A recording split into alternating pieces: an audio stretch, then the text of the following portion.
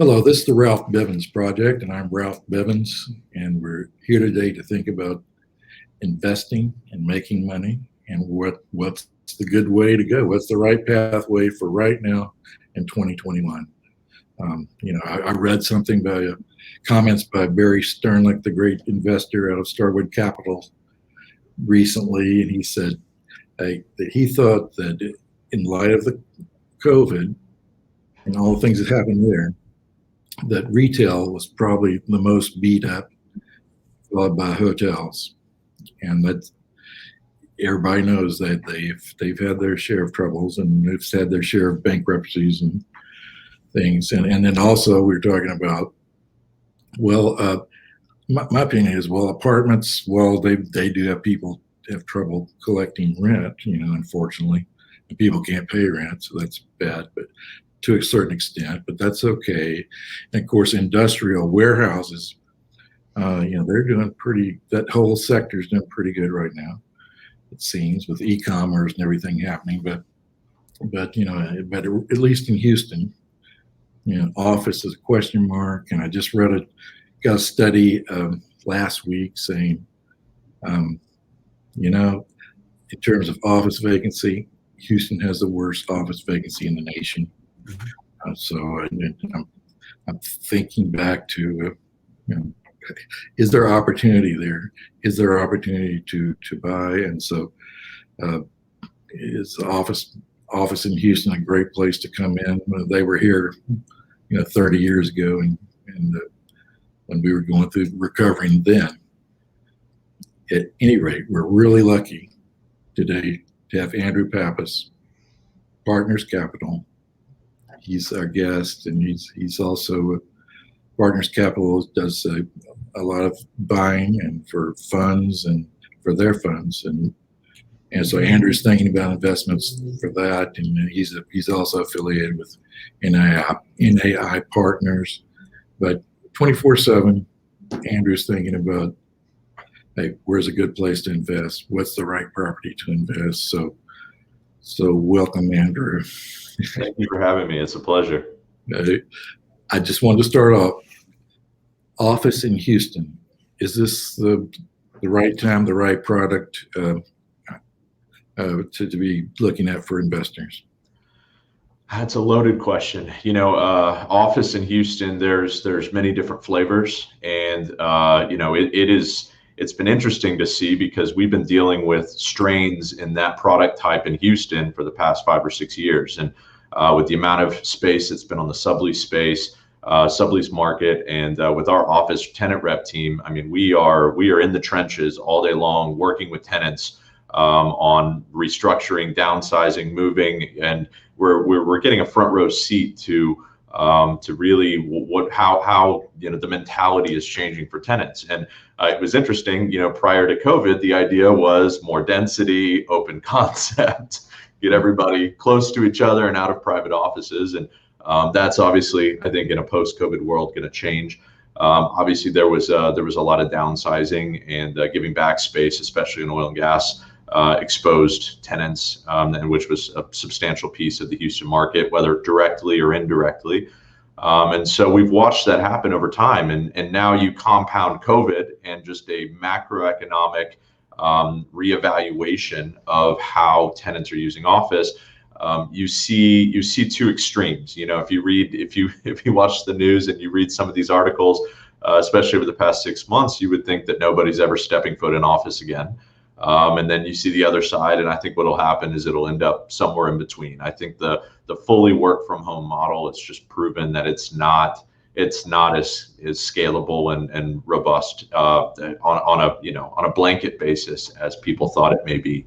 When it comes to investing in Houston and office, particularly, one thing that's been really fascinating is the flight to quality. Despite you have I think it's 26% vacancy right now in one of the largest cities in the country.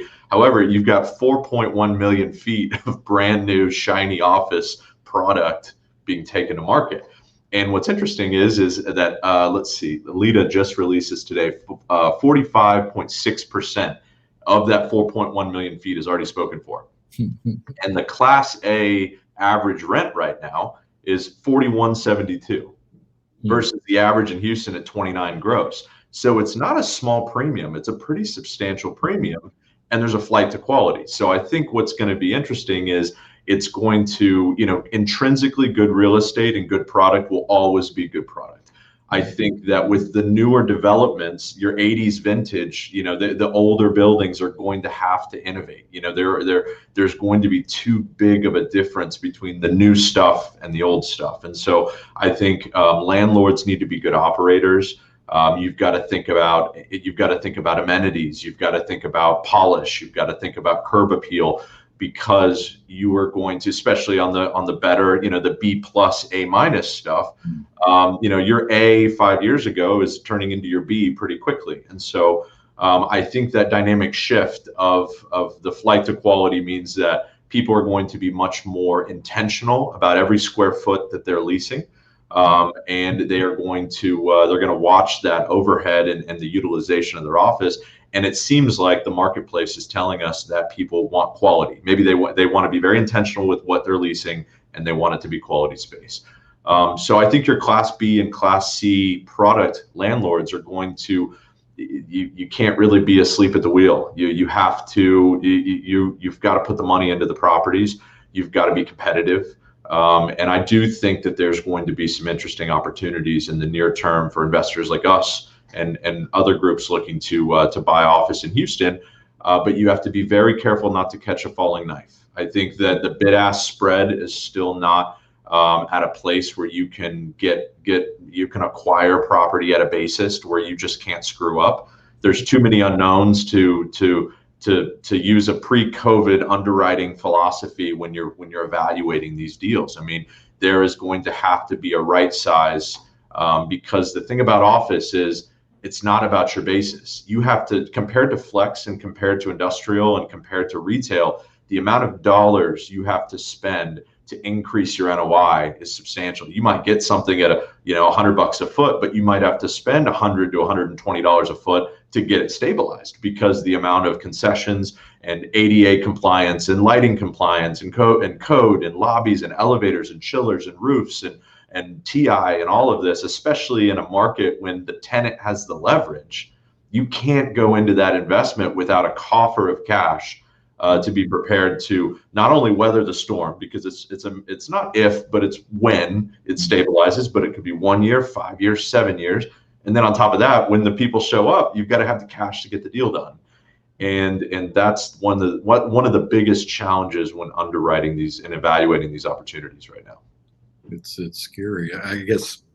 Yeah, I see what you mean by these brand new nice buildings, and why wouldn't you want to be there? It's got the latest. It's probably been built with super fantastic air filters and stuff that would be a big factor next year, this year, and it is. It's real. Everything's changed a little bit, and you just wonder. Not everybody's going to have the money to upgrade, and so you're thinking maybe some of those B's turn into C's, and maybe some of those C's turn into foreclosed property or something. The only way a B into especially your C product can be competitive right now is price, right? And then in a market when price is beat to hell, and the amount of concessions that landlords are giving to get deals done, there becomes a point of no return, right? I mean, how much more competitive can you be when that's your differentiator? To your point, there's going to be there's been an evolution in construction and materials and technology and architecture and infrastructure, and since the latest, over the past 15 years. You look at the Amegy Bank building. I mean, I went to a really interesting presentation and tour of the building when it was finished here in the Galleria, and they spent 20 minutes talking about this incredible air filtration system they have, and this is pre-COVID, so I'm sure it's going to work out well for them. But the air system's all integrated through the floors, and there's recirculation and UV treatment and all of this, and that's just the natural evolution of technology and the product. So I think people with 4 million feet of brand new product coming on board, it's going to highlight, I think, the age of some of the previous Class B and A minus product. And so, those landlords have to be hands-on. They've got to be good owners. They've got to be tenant focused. They've got to have amenities. And your B and C product, it's going to be price. I mean, really, that's your shiny object. That's your carrot that you can dangle for tenants. No, it's serious. But on the other hand, we haven't seen, like it was in the 80s. There was a lot of foreclosures. I mean, I hate to brag, but I believe this is a true statement. As a journalist, I've covered more foreclosures than any other journalist in America. Being in Texas at that time, there was every month you'd go, wow, this building was really something has been posted for foreclosure. I mean, we had S&Ls and things at that time, and some funky financing and not strong of ownership. But so far, we haven't seen that many properties going into foreclosure and then being available for really picking up off the courthouse steps or anything. Well, I think what do you think? The inflection point too was and is when the sublease space becomes the landlord's problem, right? That was a long runway of, hey, here's this space, and it was the tenant's problem unless the tenant filed for bankruptcy, and it's going to become the landlord's problem. So for that space to continue to shift back to the building owner during a period of time of high, a very difficult time to be an office landlord, I think it's going to be a double whammy. And to your point, I mean, you're going to see, I think the foreclosures are coming. I hope, it's hard to tell how, when, and where, but the music's going to stop at some point. And if people are not able to achieve their rates, or if the checks that they're going to have to right size their building is just out of their wherewithal, there's going to be keys giving back to lenders. And I think lenders might have to take write-downs because valuations, if you look at CMBS loans and debt funds and life cos, think about it, 10 years, I mean, typically that's 7 to 12 year debt. And so you think in 2011, 2012, when oil and gas was much different and the occupancies were much different and the rents were different here in Houston, you could get the appraisals to support and the debt levels, but forget leverage. You could get the appraisals and the valuations to support much different debt than you can now. And so, you're going to see people just upside down. I mean, forget rates and forget occupancy. You're just going to see people with these balloon payments where they can't get proceeds. And so their options are going to be write a check or give it back. And it's going to be, we're watching it very closely. With the CMBS and the life cos and the larger lenders, it's a very formalized process.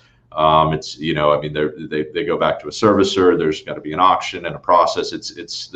There's the days of being able to find deals backdoor through a foreclosure or something going back to a lender is much more difficult. But with the banks, we're keeping a close relationship with all banks and just watching it very closely. When you're talking about the way the market was a few years ago, and we had all the sublease space, I believe John Silberman was very intent on monitoring that, and you've got I think over 12 million feet or something. There's a huge amount of tenants putting their space up for sublease because they weren't going to physically occupy it. Mm-hmm. And that's come down a lot from 12 million, I believe, to around 6 now or something. Yeah. That's read, but you're right. But it's because it's either been subleased or it's because it's gone back to the building, right? I mean, I'm sitting in BHP sublease space right now for the next 6 years. I mean, it's it's to your point. Some of it has moved, and some of it's just made its way back to the property owner. But it's coming home to roost someday, and we shall see. What about other property types? Have you outside of office? Do you have any thoughts on what what market might offer opportunities, what other property types might offer opportunities going ahead. Yeah, the three that we monitor besides office very closely is retail, industrial, and flex. I try and split, even though flex is light industrial and there's lots of different flavors of it. It's far from your dock high distribution centers that are trading at 4 caps right now. So those are the kind of three categories that we're monitoring. To start with retail, we really like neighborhood retail. We understand that there's some distress there right now, and there's lots of small businesses that, frankly, I mean, we're forced to shut down for 3, 4, 5 months, and not too many small businesses. I mean, when the stimulus money runs out and PPP 1 and 2 and EIDL and ERC and all these other credits run out, it's going to be interesting to see what's left of these small and medium-sized businesses that are retail facing. That being said, neighborhood destination style retail, we are very bullish on long term. We believe that there will always be a demand with good rooftops and density, good demographics. There will always be a demand for inline shopping center space. And over time, what's happened is these have changed from shopping experiences, because of e-commerce, to experience, to destination style retail. So instead of going to a retail center to go buy a sweater, you're going to go to a retail center to get a smoothie, or go to a cycling class, or get a cup of coffee, or get your nails done, or go to an H&R Block or a title company, or you just think of all of these places that want that drive up experience, or need that drive up experience, but provide a service instead of a good, or instead of something that you could buy that would be replaced long term through e-commerce.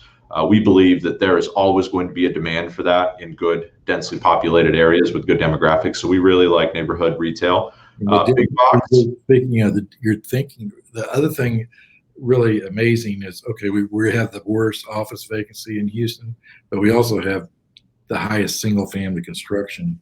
Yep. Single family is hot as a piston. Builders are building as fast as they can, and they're buying land way out there now. But so you're thinking that was going to feed retail in short order.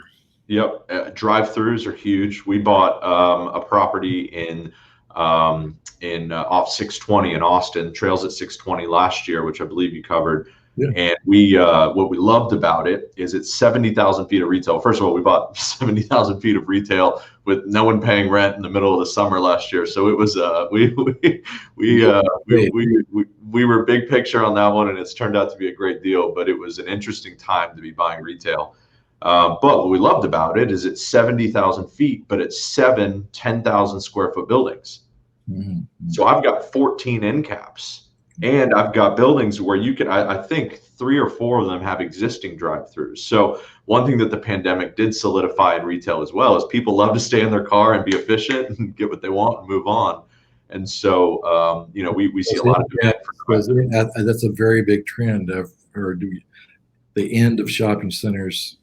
People want the tenants want those so they can have a restaurant there with a drive-through. That's exactly right. Patios too. People really, the demand for outdoor seating and outdoor space has been huge, and so that we were able to play into that with our acquisition in Austin, and we have a few other retail developments that where outdoor space and drive-throughs are something that's a differentiator and something that there's been an increased demand for. But we like retail, industrial. I mean, I believe the macro trend, the reason things are priced to perfection right now is the macro trend is there's going to be a long-term, ubiquitous, growing need for distribution space. And so, that doesn't fit the return profile for our fund, but I understand why there's the demand there. And it's just not something we're looking at. There's just not much margin of error when you're buying things at 4 and 5 caps and you're borrowing at 100 basis points below that. It's just it just doesn't fit our return profile. But we really do like light industrial, business parks, and flex. And the reason we like that a lot is they're more management intensive, especially on the front end. When you buy these from an owner that has been clipping coupons, a lot of times there's just You got a lot of month-to-month leases. You've got some deferred maintenance. You've got, you're dealing with small, sometimes sole proprietor businesses. It's just a little more. It's not a set up shop and collect your rent checks. It's a more hands-on, management intensive product. But what we love about it is we can normally, there's not as much out of town demand for that, because the deal sizes tend to be a little smaller. But really, it's very hard to add value and right size a flex or light industrial project with 50 to 100 tenants from New York City or from out of state. It's just it's something that you need to be down the street from to manage.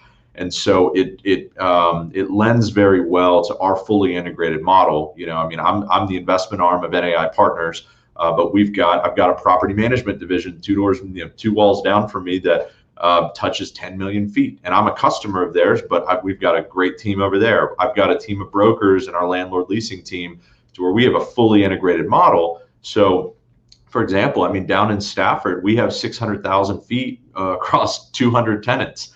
And about about almost 40 buildings. So it's been a great investment for us, but it's allowed us to deliver returns and yield to our investors in a tight environment when there's a lot of money chasing deals. And so we, instead of having to hope the market continues to trend in the right direction, we allow the market to be our headwind or our tailwind, and we're going to buy the deals where we can move the needle with elbow grease. And through using our toolbox of a fully integrated real estate firm to add value on the properties we buy. So we really like the flex space. You gotta dig to find those deals, but we like them when we find them. And we like neighborhood retail, and we're keeping a close eye on office. We're not redlining anything, but we've got to be very disciplined and realistic to make sure we're not catching a falling knife. Yeah, we don't know where the bottom is yet. That's for sure. What about, you mentioned that high-end project you bought in Austin not too long ago. I want to go see it sometimes. I was looking at the photos and everything. It looked like a really nice project. But yeah, Austin market, super hot. Elon Musk is, he's his own one-man economic development council. That's true. We get him to move to Houston, we'd be okay. Yep, I agree. Oh man, but that market is really hot. I know that there's been some big, the big Hyatt Regency there in downtown just sold for $161 million, and that's serious money. And just speak to me about Austin. Well, we've got an office there, and we see it. And the reason that this was actually our first acquisition in Austin since we started our platform, and it's not for lack of desire to be there. It's just a value add deal doesn't exist in Austin very often, or if it's value add, there's a reason it's value add. So in general, we just haven't been able to. There's not much meat left on the bone with any, with commercial real estate in Austin that fits our return profile. So, in a weird way, COVID was a catalyst for us to be able to find an exciting value add deal in Austin in retail. And what we love about it is Austin. Obviously the population growth is fantastic there. The economy in the Austin market is fantastic and continues to grow. The job growth and all of the markets continue to be very healthy. The valuations continue to climb. You look at single family. I read something. I have a good friend of mine who is a residential real estate broker, and they're selling homes for hundreds of thousands of dollars over ask price. You try and make sense of it, you can't. But what I'll tell you is I'm very glad that we bought that property because one of the most challenging things about Austin compared to Houston is the barriers to entry. Yeah. The entitlements, the wetlands, the protections, the aquifers, just the amount of legwork and lead time that you need to put a shovel in the ground in Austin is astronomically higher than it is in Houston. And so the opportunity to buy 70,000 feet of value add retail on 620 was huge for us because the original developer, it took them, I believe, 8 or 9 years from start to shovel in the ground just to get all their entitlements. Mm. So, and that was 15 years ago. And so if you can imagine now how that's only going to increase, it become increasingly difficult. So you can build a moat. If you can find a good intrinsic real estate and somehow buy it on a valuation that halfway makes sense in Austin, which is a tall order right now, you've got a moat of barriers to entry for other competing product that allows you to just continue to drive intrinsic value and rate growth, and it limits the supply when demand is growing astronomically. Protection, yeah. It's San Antonio. You have an office in San Antonio, don't you? We do. Tell me what's going on there. San Antonio is the tortoise, and it is in the best way. You just look at the numbers in San Antonio over the past 25 years, and it is the most slow and steady, but predictably positive market in Texas. And it's not highly volatile, but it's always got a couple hundred basis point delta between the national unemployment rate and San Antonio. You look at the GDP growth, and it's just slow and steady, a couple percent a year, but like clockwork. You look at the cost of living in San Antonio, and it's still very attractive. And what's happening is we really like that I-35 corridor, between San Antonio and Austin. And we own a property in Round Rock. We're doing a build-to-suit Starbucks right on 35 in Round Rock. We own a retail property on San Marcos across from the university, literally right on I-35. And so not only have we've seen San Antonio as an attractive place to invest, it's a less efficient or less efficient real estate market there in San Antonio. And there's a lot of old family money that owns a lot of properties that are very long sighted. And so finding deals, there's not a lot of listed stuff. There's not a lot of brokers. I mean, it's a small group of people that touch everything that moves. And so San Antonio, we have to take a very brute force mentality on how we identify deals. And we go down the street and we cold call and we hunt people down and we figure out who owns what. And we find opportunities. Because if you're sitting waiting for a CBRE or a JLL package to land on your desk, I mean, stuff trades and stuff's marketed. I'm not saying that it's not, but there's a lot of good deals to be had in San Antonio. You just got to look for them. But we believe that corridor is just between Austin and San Antonio is going to continue to merge, and there's going to be a lot of good opportunity. I mean, for example, in San Marcos, we have Best Buy there in 15,000 feet with a call center in San Marcos, and it's because the employee base there. They were trying to be in Austin, but the cost of living based on the wages they were willing to pay, there was too big of a delta. And so it was a way for them to go to a tertiary market that's still easy to get in and out of and draw from other employment pools. And so I think you're going to see an increase of that with other businesses as well over time. Yeah, I've seen the number of announcements about kind of north suburban San Antonio. Mm-hmm. Towards New Braunfels, towards San Marcos, industrial construction, not a bad place for a distribution point where you can be at Austin, Houston. It's a lot of people like Amazon I've noticed it, and I think they're doing a lot of stuff there. And Tesla. I mean, you're seeing both Amazon and Tesla focusing on that I-35 corridor. And so to your point, we like retail because there's a lot of vehicles going, and it's increasing that are going back and forth. And on top of that, to your point, distribution and industrial. I mean, there's going to be demand for that corridor, for new development as well. So we don't do speculative development in our fund, but we have a development company that is doing some of that, some build to suit and some speculative development that we're watching that corridor very closely. Your fund, I know you've put together several funds and filled them out and started. Give me an update on, Partners Capital and your funds. So we are on our fourth fund. So our funds we've grown. We bought our first deal in August of 2017 in the model as it exists today, and that was with the first fund. first fund was 6 million, our second was 12, our third was 26, and this one is 50. Our investment thesis has not changed. We've just been able to grow and do a more diversified, larger portfolio. We invest in value add, office, industrial, retail, flex properties in mostly Texas. And our like I said, the market's going to be our headwind or tailwind. We're looking for stuff we can buy below replacement cost, and we can add value through leaning on our fully integrated model. We're about 2/3 of the way done fundraising for Fund 4. After we have Fund 4 deployed, we will be about a $300+ million portfolio, and we've raised about $100 million of capital. So we've grown pretty exponentially. But what I love about what we've done is we're still, despite the growth, we still have no institutional money at all yet. We are all high net worth individuals and family offices that are invested in our funds.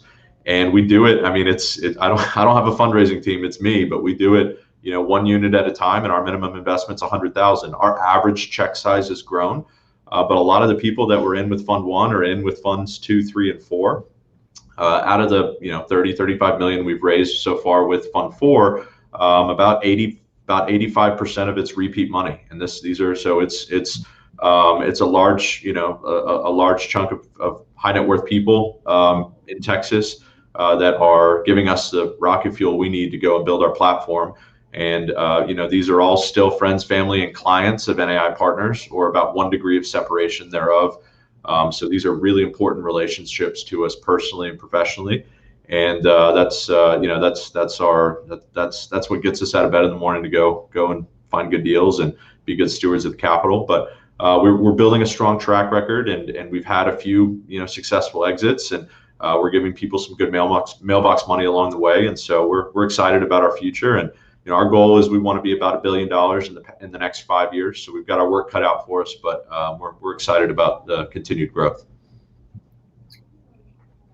The rest of I think my thesis. I wrote this in my newsletter, and by the way, if you're looking for news, I believe in a free press. So go to realtynewsreport.com. It's my website. We carry news items about various transactions and trends going on, and you can no paywall. You can go to realtynewsreport.com and get caught up there anytime. But what about the rest of 2020? We finished the first quarter. So what? Give me your reading on the positivity scale as we go through the rest of 2021.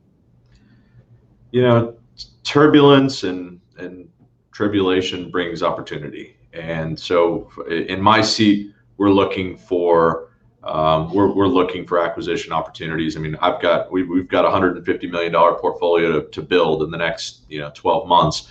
And like I said before, we do that through our day-to-day operations. We do around 1,000 leases a year, so we're in the marketplace. We can see opportunities, but we do it through brute force. Our goal is to go and look at a lot of properties and find good opportunities. And for Fund 3, we looked at over 2,800 deals. We took 80 to committee. We made 40 offers to close 5. And so it is, you have to be disciplined and you have to put in the work. It's a numbers game. And so I have to be positive because, it's, the deals are out there. You just have to find them, and you have to be creative. And sometimes you got to think outside of the box. And this is the commercial real estate world it's not public equities. It's not efficient, down to the, it's not razor efficient like, the public equities market. And so commercial real estate is relationship driven, and you have to go and hunt for the opportunities. And so we're positive. I believe with the vaccinations and we're continuing to trend in the right direction. It's anybody's guess when we'll be back to quote unquote normal. But I'm happy to be in Texas, and I'm happy that I think there's a lot. The future is very bright for Texas. And I think we're excited to have a piece of it as we continue to grow our platform. Andrew Pappas, Partners Capital. Thanks so much for coming. You've been a fantastic guest, and we've here on the Ralph Bivins project. So we'll be these podcasts are available online, and we just thank you for participating, giving us your thoughts this morning, and we want to have you back sometime. Okay. Thank you so much, Ralph. It's been a pleasure, and I really do appreciate the invitation. Thank you, Andrew. All righty.